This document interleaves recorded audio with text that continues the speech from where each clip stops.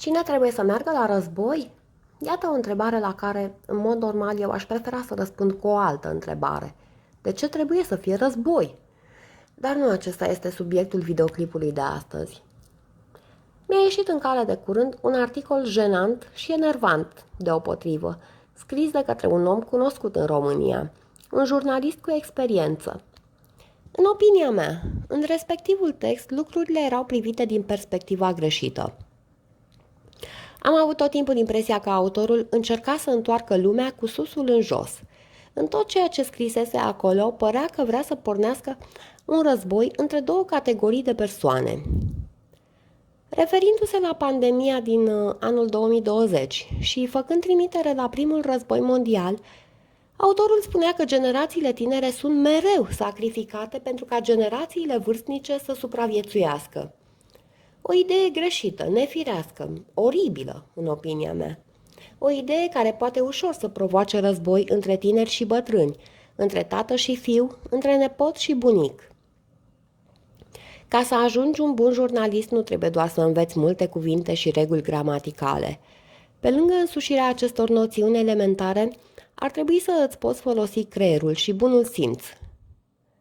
Pentru mine, autorul acelui articol nu este decât un om care a ajuns la o vârstă înaintată fără să înțeleagă pe ce lume trăiește. Asta dacă nu cumva a scris intenționat acel text ca să stârnească ură și discuții aprinse între generații. Am să dau un mic exemplu ca să se înțeleagă bine ideea și m-aș bucura dacă mi-ai spune într-un comentariu cine crezi că ar trebui să meargă la război. Să presupunem că îmi intră un hoț în casă. Mi-e frică, desigur, căci poate fi înarmat, periculos, disperat. Totuși, nu fac greșeala de a-l trimite pe tataie să dea hoțul afară din casă. Tataie e bătrân, are artrită, se mișcă greu, poate că a dat deja în mintea copiilor. Dacă îl trimit pe el să alunge hoțul, e foarte mare riscul de a mă trezi cu tataie mort și hoțul în dormitor peste nevastă. Mai degrabă mă duc eu, că sunt bărbat tânăr, fâșneț și cu tupeu, nu? La fel e și la război. Din acest motiv sunt trimiși tinerii, pentru că sunt puternici, mai concentrați la problemă, mai îndrăzneți. Nimeni nu vrea să îi sacrifice pe cei tineri doar pentru ca bătrânii să stea în parc jucând table. Omenirea are nevoie de tineri, căci ei reprezintă viitorul. O lume plină de oameni bătrâni, o lume fără tineri, este o lume moartă. Are deja coliva pe foc și din depărtare se aud preoții cântând veșnica pomenire. Pare greu cu filozofia războiului, nu-i așa, domnule jurnalist? Când privești lucrurile din perspectiva greșită, e firesc să ajungi la concluzia greșită. Dacă o faci din neștiință sau din dorința de a stârni război între generații, e o altă discuție. Cert rămâne doar faptul că influențezi în mod negativ oamenii simpli, care te cred pe cuvânt doar pentru că ai scris pe un site, că au găsit ei articolul pe internet. Situația este oricum tensionată, nu e cazul să punem paie pe foc, mai ales că bate și vântul. Oamenii se înfierbântă și se îmbată cu apă chioară, fericiți că au găsit țapul ispășitor.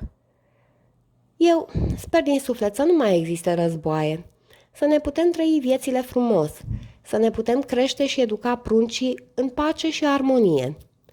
Totuși, rămân la părerea că, în caz de război, nu bătrânii obosiți de viață trebuie trimiși la luptă cu arma în mână, ci tinerii puternici. În ei își pun speranțele toți ceilalți, bătrâni, femei și copii. Să spui că tinerii sunt intenționat trimiși la război pentru a muri, pentru ca bătrânii să poată trăi, este oribil. Războaiele sunt oribile. Totuși, iată că ele apar când nici nu te aștepți. Cine ai vrea să-ți apere casa, familia, țara într-o asemenea situație? Bătrânii bolnavi care abia merg pe stradă târând în urma lor o plasă cu pâine și roșii, sau tinerii ale căror aripi abia au crescut și care au puterea de a rezista fizic și psihic oricărei încercări pe care viața le scoate în cale? Aștept răspunsul tău în secțiunea de comentarii.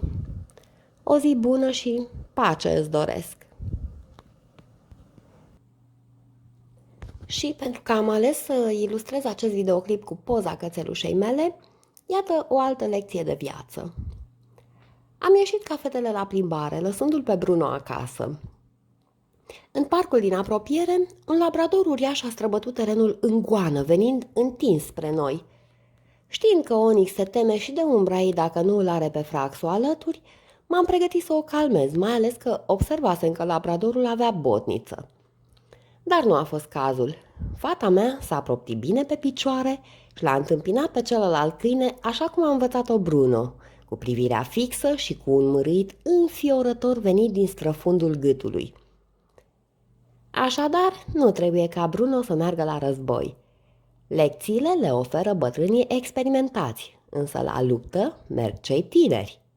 Onixuța mea nu e doar frumoasă, ci și foarte curajoasă. Aplauze, like și share, te rugăm. La revedere!